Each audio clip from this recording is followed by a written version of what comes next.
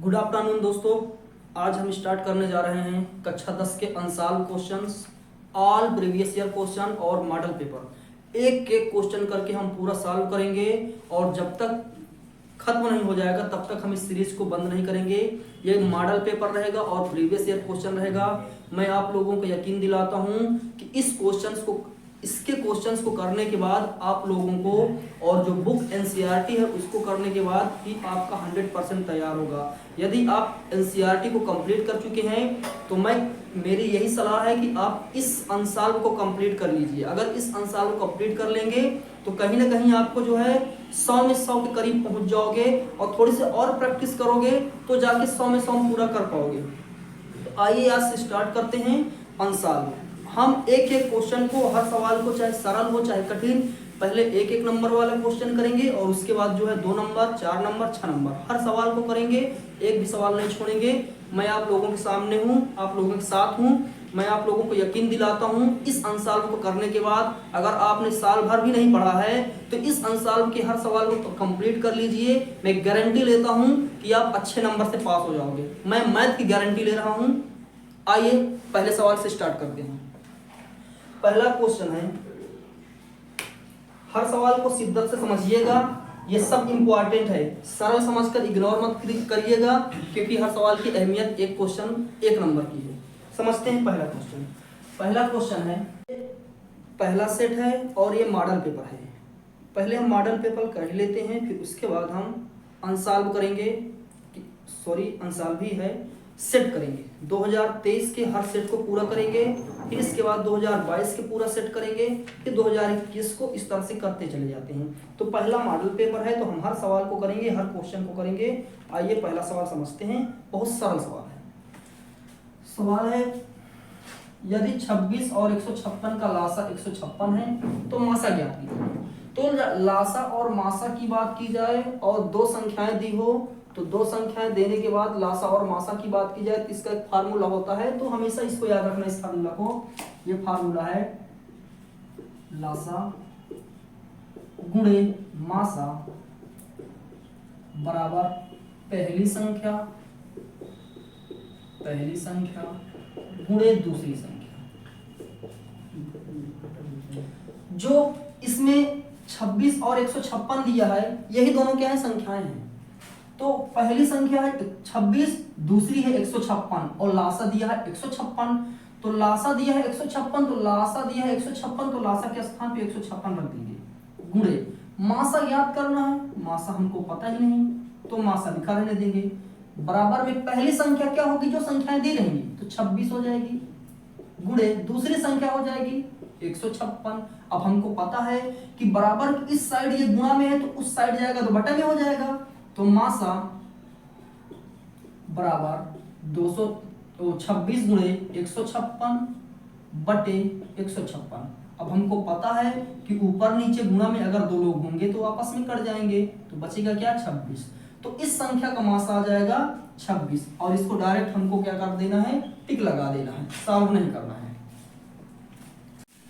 अभी सरल लग रहे होंगे सवाल, क्योंकि जो लोग पढ़े होंगे उनको सरल लगेगा ही।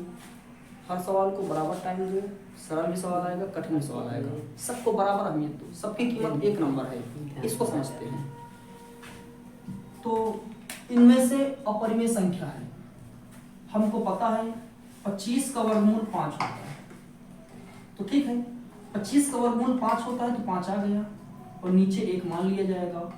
और हम सबको पता है कि जो संख्या p बाई के ग्रुप में लिखी जाती है उसे कहते हैं परिमेय संख्या। तो p बाई के ग्रुप में हो गई, ये परिमेय संख्या, ये आंसर मिल गया। a और b दोनों दे रखा है तो b को भी चेक कर लेते हैं। अब 5 तो परिमेय संख्या है लेकिन √3 अपरिमेय संख्या है। तो परिमेय संख्या अपरिमेय संख्या जोड़ो या घटाओ, हमेशा अपरिमेय होगा। परिमेय संख्या के साथ परिमेय जोड़ोगे तो परिमेय होगा, अपरिमेय संख्या के साथ अपरिमेय जोड़ोगे तो भी परिमेय होगा। लेकिन दोनों उल्टा हो जाए, अगर परिमेय अपरिमेय आ जाए जोड़ें, अपरिमेय परिमेय घटाएं तो हमेशा अपरिमेय होगा। तो ये क्या होगा, नहीं होगा। तो आंसर सिर्फ और सिर्फ ए होगा, ना तो ये होगा, ना तो ये होगा, ना ही ये होगा।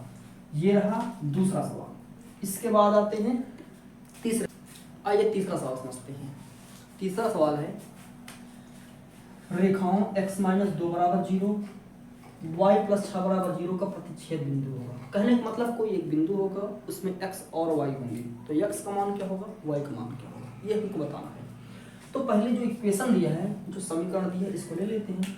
हाँ, परीक्षा में हमें बिना हल किए अगर आंसर मिल जाए तो बिना हल किए भी हम आंसर लगा के चले जाएंगे, लेकिन बहुत मुश्किल है कि बिना हल किए आंसर हमको मिले, तो हमको हल करना ही पड़ेगा। x माइनस 2 बराबर 0 है, और हम सबको पता है, हम लोग जानते हैं, या नहीं जानते तो आज जान लेते हैं।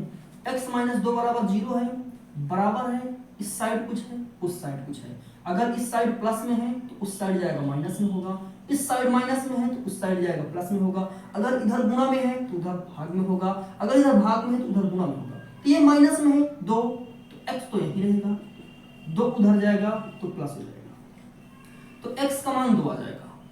तो x का मान 2 आ जाएगा, समीकरण 2 भी उतार लेते हैं। तो y प्लस 6 बराबर 0 है, और y प्लस 6 है, इसका मतलब y मत चाहिए हमको, तो 6 को उस साइड ले जाएंगे, ये हो जाएगा माइनस का 6। अब x का मान 2 आ गया, y का मान 6 आ गया। तो x का मान 2 जो पहले लिखा रहता है उसको x कहते हैं, जो दूसरा लिखा रहता है y। तो x का मान आया 2, y का मान आया माइनस 6, और ये है कहाँ, 2 minus 6, option number D. I hope सबको समझ में आया होगा। अब ये सवाल नंबर 4, सवाल नंबर 4 को समझते हैं, थोड़ा समझने लायक सवाल है, इसको समझते हैं। कह रहा है कि रेखाओं a1x plus b1y plus c1 बराबर 0 तथा a2x plus b2y plus c2 बराबर 0 का अद्वितीय हल होगा। अद्वितीय वर्ड का मतलब होता है केवल एक हल, केवल एक। अद्वितीय का मतलब ये होता है, तो जरा समझते हैं। जब कोई दो रेखाएं गुजरती हैं तो 3 तरीके से गुजरती हैं। एक रेखा मान लो ये जा रही है, तो एक रेखा कहीं से भी कैसे भी आके इसको क्रॉस कर दे, तो ये रेखा इस रेखा को एक ही जगह तो काट रही है, एक ही जगह तो क्रॉस कर रही है। तो ये रेखा इस रेखा को एक ही जगह क्रॉस कर रही है, इसका मतलब क्या होगा, केवल एक हल होगा, एक जगह क्रॉस कर रही। और इसके लिए क्या होता है, a1 बटा a2 बराबर b1 बटा b2 ना। लेकिन एक कंडीशन और है, लगे हाथ समझ लो। कोई रेखा जा रही है, इसके साथ साथ एक रेखा और जा रही है, इसके साथ साथ एक रेखा और जा रही है, तो ये रेखा इसके अनंत तक चाहे इतना लेके चले जाओ, अनंत तक चाहे जितना, पीछे भी अनंत तक चाहे जितना लेके चले जाओ, तो ये रेखा कभी आपस में मिलेंगी ही नहीं। जब कभी आपस में मिलेंगे ही नहीं तो दोनों रेखाएं क्या कहलाएंगी, समांतर। और जब कभी आपस में मिलेंगे ही नहीं तो कोई हल ही नहीं होगा, और जब कोई हल नहीं होता है तो इसके लिए क्या बनता है फॉर्मेट, a1 बटा a2 बराबर b1 बटा b2 does not equal c1 बटा c2। तो ये कब बनेगा, जब रेखाएं समांतर होंगी,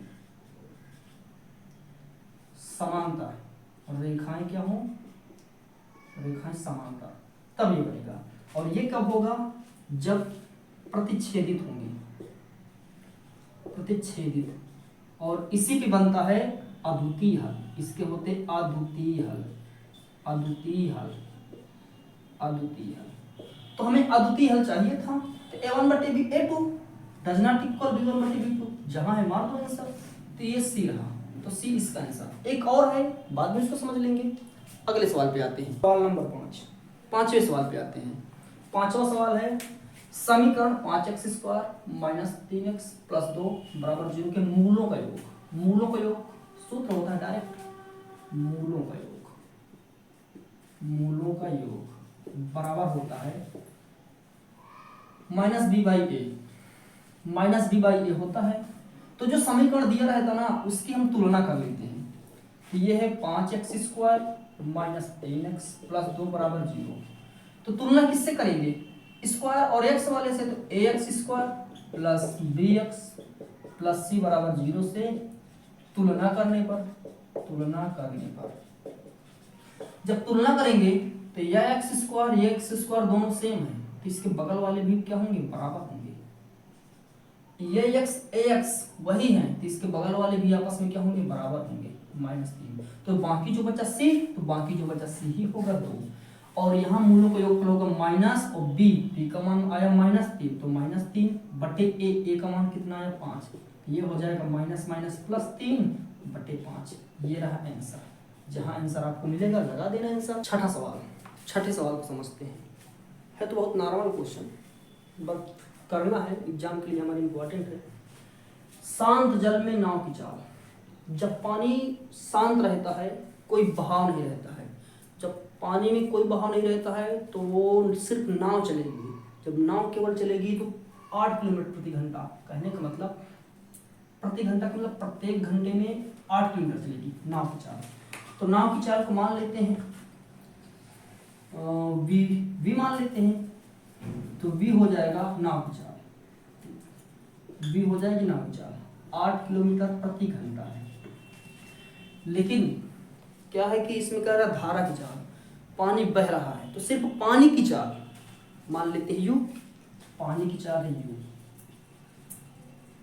3 किलोमीटर प्रति घंटा, 3 किलोमीटर प्रति घंटा है। जिस तरफ पानी बह रहा है उसी तरफ नाव चलेगी, तो पानी की चाल में नाव की चाल जुड़ जाएगी, तो दोनों की चाल जुड़ जाएगी, तो 8 3 11 किलोमीटर प्रति घंटा होगी। किस तरफ? जिस तरफ पानी बह रहा है उसी तरफ जब नाव चलेगी। लेकिन इसमें कह रहा है कि विपरीत, अब पानी बह रहा है इस साइड, मुझको जाना है उस साइड, तो जितना मैं आगे बढ़ूंगा पानी मुझको उतना पीछे करेगा। तो पानी जब मुझे पीछे करेगा तो इसका मतलब क्या हुआ, पानी कितना पीछे करेगा, जितना पानी की स्पीड है। तो पानी की स्पीड है 3 किलोमीटर प्रति घंटा, तो 8 किलोमीटर प्रति घंटा तो मेरी चाल है, मैं अपनी चाल से चलूंगा, और 3 किलोमीटर घंटा वो मुझे पीछे करेगा। तो इसमें क्या होता है कि नाव की चाल में से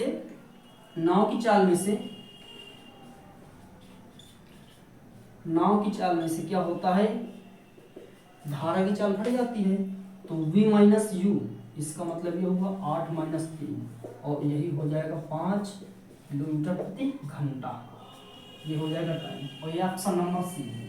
तो ये रहा छठा क्वेश्चन। सिंपल 7 पे, क्वेश्चन नंबर 7 पे आते हैं। क्वेश्चन नंबर 7 को देखते हैं। क्वेश्चन नंबर 7 कह रहा है, दो समरूप त्रिभुजों के क्षेत्रफल क्रमशः 20 सेंटीमीटर स्क्वायर 45 सेंटीमीटर स्क्वायर दिया है, तो उनकी ऊंचाइयों का अनुपात क्या है। क्षेत्रफल दे दिया है, ऊंचाइयों का अनुपात कहे तो भी, भुजाओं का अनुपात कहे तो भी, माध्यिकाओं का अनुपात कहे तो भी, परिमापों का अनुपात कहे तो भी, सब में यही कॉन्सेप्ट लगेगा जो हम बता रहे हैं। तो मैं जब बुक पढ़ा रहा था तो उसमें मैंने ये समझाया था कि जब कोई त्रिभुज हो उसका क्षेत्रफल हो, त्रिभुज की कोई भुजा दिया हो उसका क्षेत्रफल निकालना हो, तो जो भुजा होता है उसका स्क्वायर कर दो तो वही क्षेत्रफल हो जाता है। इसका मतलब ये हुआ कि जब भुजा का स्क्वायर कर देते हैं तो क्षेत्रफल आ जाएगा, लेकिन उसका विपरीत भी तो हो सकता है, क्षेत्रफल दे दिया है उसका वर्गमूल ले लो, फिर जब स्क्वायर हो सकता है तो वर्गमूल हो जाएगा, जो वर्गमूल हो जाएगा वही उसकी भुजा हो जाएगी या ऊंचाई हो जाएगी। तो इसमें क्षेत्रफल दिया है, तो 20 अनुपाते 20,45, मान लो ये 20 सेंटीमीटर स्क्वायर और ये 45 सेंटीमीटर स्क्वायर। तो इसका मैं अनुपात निकालूंगा, तो ये हो जाएगा क्या, सेंटीमीटर स्क्वायर से सेंटीमीटर स्क्वायर कटेगा, 5 से कटेगा, 5 चौके 20 से, 5 9 45 से कटेगा, तो ये हो जाएगा क्षेत्रफल।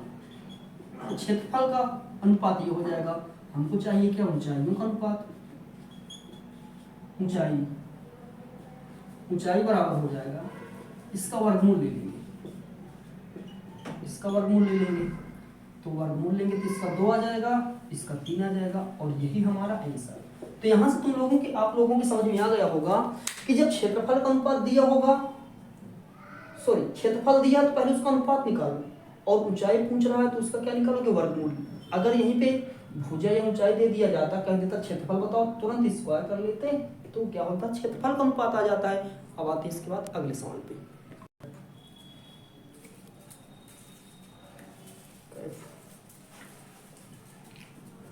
आइए अगले सवाल पे।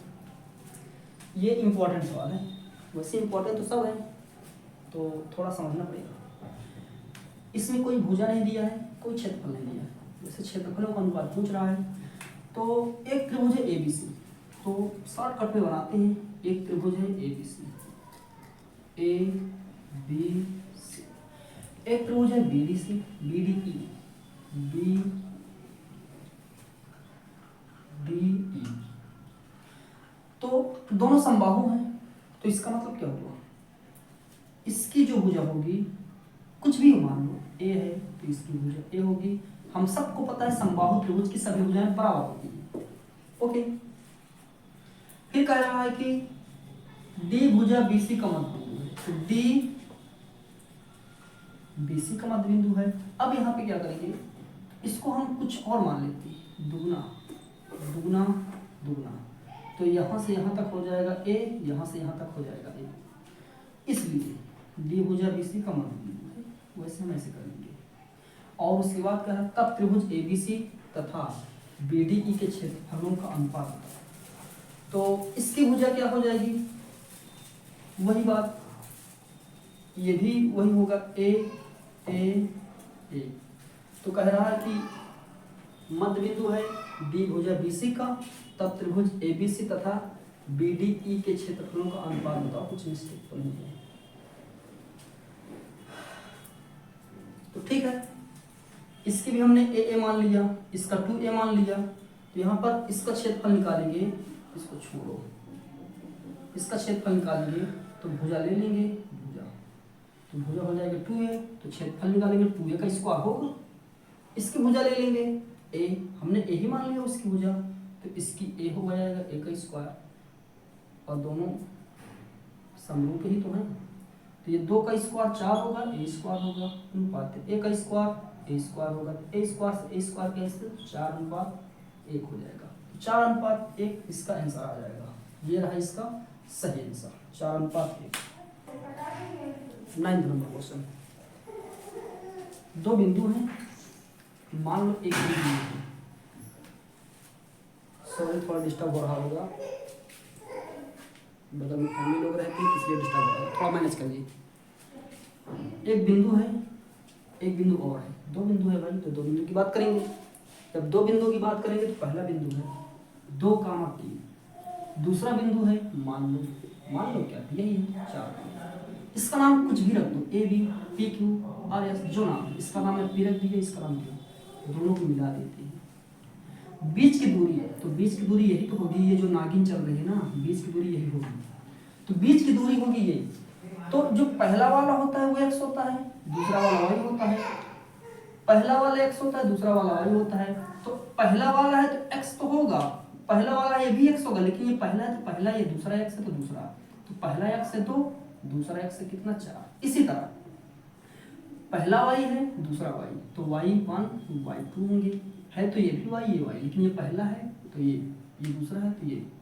अब बीच की दूरी का सूत्र होता है d बराबर distance under root x1 minus x2, चाहो तो x2 माइनस x1 भी कर दो, कोई फर्क नहीं पड़ता, प्लस y1 माइनस y2, चाहे तो इसमें भी y2 माइनस y1 कर दो।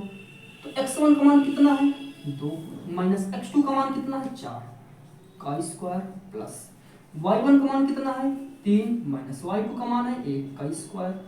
तो इसको आगे सॉल्व करेंगे, 4 में माइनस का 4 है, प्लस का 2 है, तो इसमें ऐड होगा तो ये माइनस का 2 बचेगा, स्क्वायर है तो स्क्वायर, प्लस ये हो जाएगा 2 का स्क्वायर। अब हमको पता है, आगे हल करेंगे इसको, तो -2 माइनस के स्क्वायर करेंगे प्लस आएगा, 2 का स्क्वायर करेंगे 4, 2 का स्क्वायर 4, तो ये हो जाएगा अंडर रूट 8, और 8 को हम लिख सकते हैं 2 × 2 ये हो जाएगा 2 बाहर आ जाएगा रूट से, क्योंकि जोड़ा बना इसका और इसका जोड़ा नहीं बना तो ये अंदर रहेगा, तो ये रहेगा इसका आंसर। और ये आंसर कहाँ है, सी, ऑप्शन नंबर सी इसका सही आंसर है। 10 नंबर को समझते हैं। बिंदु ए ओ सी संरेखा, तो एक बिंदु ए होगा, एक बिंदु सी होगा। ये बिंदु बी था लेकिन क्वेश्चन में ओ दिया है, तो कोई बात नहीं, ओ है। तो ये यहाँ से संरेख है, तो ये बिंदु दिया है 1,2, ये बिंदु दिया है 0,0, और ये बिंदु दिया है 1,2।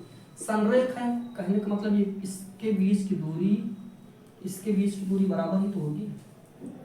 तो ये x1 है तो x2 होगा, y1 है तो y2 होगा, तो इसकी होता है एरिया बराबर होता है 1/2 x1 होगा तो y2 minus y3 plus x2, अगर x2 है तो y3 minus y1 plus x3 है तो y1 माइनस y2, ये सूत्र होता है। तो एरिया संरेखी है मतलब एक ही रेखा पर है और रेखा का एरिया क्या होता है 0, तो यहाँ 0 1/2। x1 का मान पहला वाला होगा 1, y2 का मान क्या होगा दूसरे नंबर पर 0, y3 का मान क्या होगा b, प्लस x2 का मान कितना होगा x1 x2 x3 x1 x2 x3 y1 y2 y3। अब समझ सकते हैं आप लोग। तो x2 का मान हो जाएगा 0, तो ये वाला पूरा y3 का मान b माइनस y1 का मान 2 प्लस x3 का मान हो जाएगा a और y1 का मान कितना हो जाएगा 2 माइनस y2 का मान कितना हो जाएगा 0। इसको सॉल्व कर देते हैं तो ये इधर आ जाएगा तो 0 हो जाएगा पूरा, तो ये हो जाएगा 1 माइनस का b, तो ये 1 को इसमें गुणा करोगे तो माइनस का b ही तो आएगा, प्लस ये पूरा हो जाएगा 0, तो ये 0 हो गया। अब ये बच्चा a को 2 में करेंगे तो 2a हो जाएगा ऐसे, तो 0 बराबर हो जाएगा माइनस b प्लस 2a, तो ये इस साइड आ जाएगा तो b बराबर हो जाएगा 2a, तो b बराबर 2a और b बराबर 2a हमारा क्या हो जाएगा आंसर ऑप्शन नंबर सी। तो इस तरह से इसको सॉल्व करना था, ये सूत्र हमें याद रखना है। आज 10 क्वेश्चन ही रखते हैं, कल से जो है इसके आगे 11 नंबर से स्टार्ट करेंगे। आज यहीं पे समाप्त करते हैं। आप लोग इसका अच्छे से रिवीजन कीजिएगा और सभी फार्मूलों को आप ध्यान दीजिएगा। 1-2 बार जब रिवाइज करेंगे तो जरूर आप लोगों को याद हो जाएगा। Bye bye.